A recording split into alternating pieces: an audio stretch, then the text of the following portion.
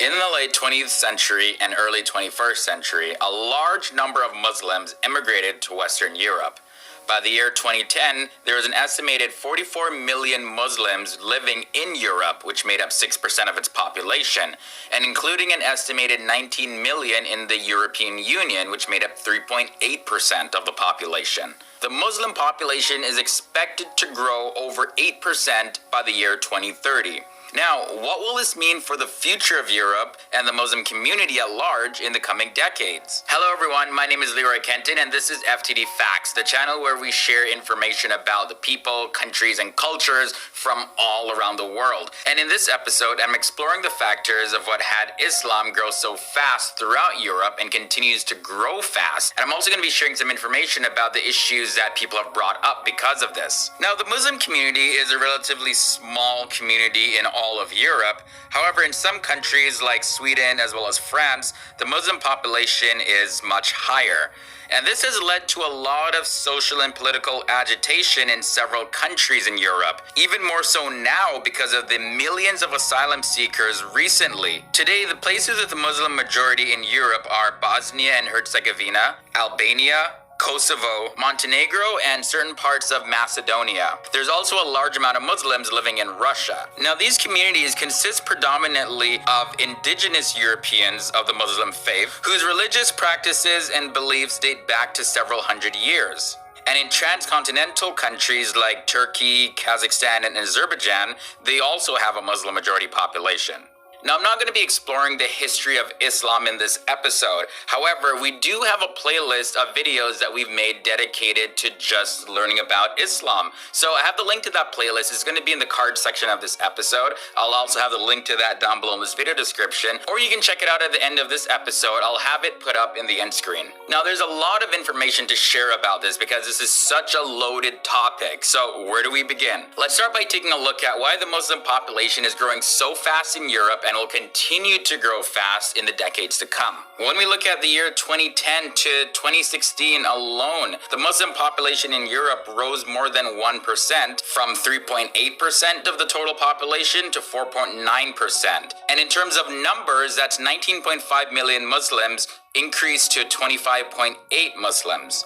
Now, based on the current numbers, by the year 2050, the Muslim population in Europe would more than double, rising to 11.2% or more. And this depends on how much immigration is allowed in Europe in the future. Now, even if in Europe there was a Muslim ban where Muslims could not immigrate there anymore forever, the Muslim population is still estimated to grow to 7.4% in Europe. This is due to the high amount of youth that live in Europe who are Muslim, as well as the high fertility rate of the current Muslim residents. So there's a lot of young people there who have not had children yet, and when they start having children, populations multiply. However, in the year 2010 to 2016, the biggest factor affecting the Muslim population growth in Europe was migration. It's estimated that 2.5 million Muslims came to Europe for reasons other than seeking asylum. And these reasons include, finding jobs, going to school, and 1.3 million of those Muslims already have or expect to receive refugee status, meaning that they'll be staying in Europe. And then we look at the natural growth, which was the second biggest factor. In the Muslim community in Europe, there were 2.9 million more births than deaths during the period of the year 2010 to 2016. And then we look at religious switching, and it's estimated to be a small factor in the Muslim population change,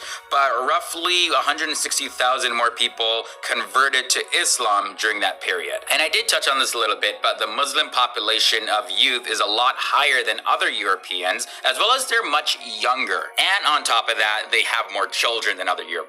In 2016, the average age of Muslims throughout Europe was 30.4, and this is 13 years younger than the average age for other Europeans, which was 43.8. So you can also look at it like this: 50% of all the European Muslims are under the age of 30, and this is compared with 32% of non-Muslims in Europe. And on top of that, the average Muslim woman in Europe is expected to have 2.6 children, which is one child more than the average non-Muslim woman, which has 1.6 children. Now, there is some concern inside of the Muslim community in regards to the new laws that are limiting them to enter the country. Some say that the new laws targeting Muslims bring us back to the times when innocent Jewish children were abducted and imprisoned to save them from eternal hellfire. However, it's not just the Muslims who are desperately in search to find more effective solutions that do not alienate Muslims or any other group of people based on their religion or country, but the fears are that history is just going to repeat itself. Take, for instance, in 15th century Catholic Spain. The monarchy set out to solve the Jewish question,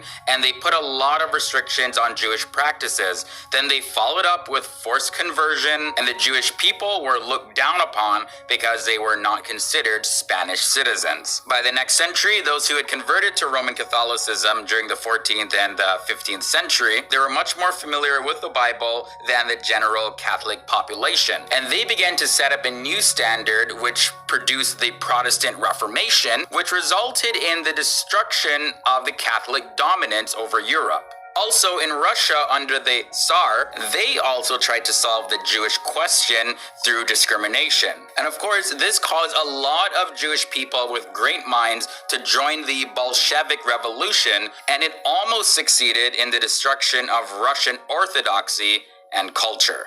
Despite these concerns that people have, the view towards Muslims varies widely when you look across Europe. According to the European Monitoring Center of Racism and Xenophobia, they report that the Muslim population tend to suffer Islamophobia all over Europe. However, the perceptions of views of Muslims may vary. And in the year 2016, the Pew Research Center, they conducted a survey in 10 nations, and they found that negative views about Muslims was actually prevailing in Eastern and Southern Europe. However, the majority of people who responded in the UK, Germany, France, Sweden, as well as the Netherlands, they gave the Muslims a favorable rating. What they also realized is that the views about Muslims are tied to people's ideology. So there were 47% of Germans on the political right that gave Muslims an unfavorable rating, and that number was at 17% for those on the political left who gave Muslims an unfavorable rating. This gap between the left and the right is also seen in the countries Greece and Italy, and the gap between the percentage is about 30%. According to a WZB Berlin Social Science Center report that looked into the employment of Muslims in countries like Germany, France, and the Netherlands, as well as the UK, Belgium, and Switzerland, they noticed that Muslims in Europe generally have a higher level of unemployment, which is also greatly due because of the lack of language skills, as well as just a general lack of cultural connection and traditions, as well as the views about gender roles compared to other Europeans. This report also noted a very small percent of unemployment was because of discrimination. And the last thing I'm going to touch on about the various views that Europeans have towards Muslims is about their style of dress.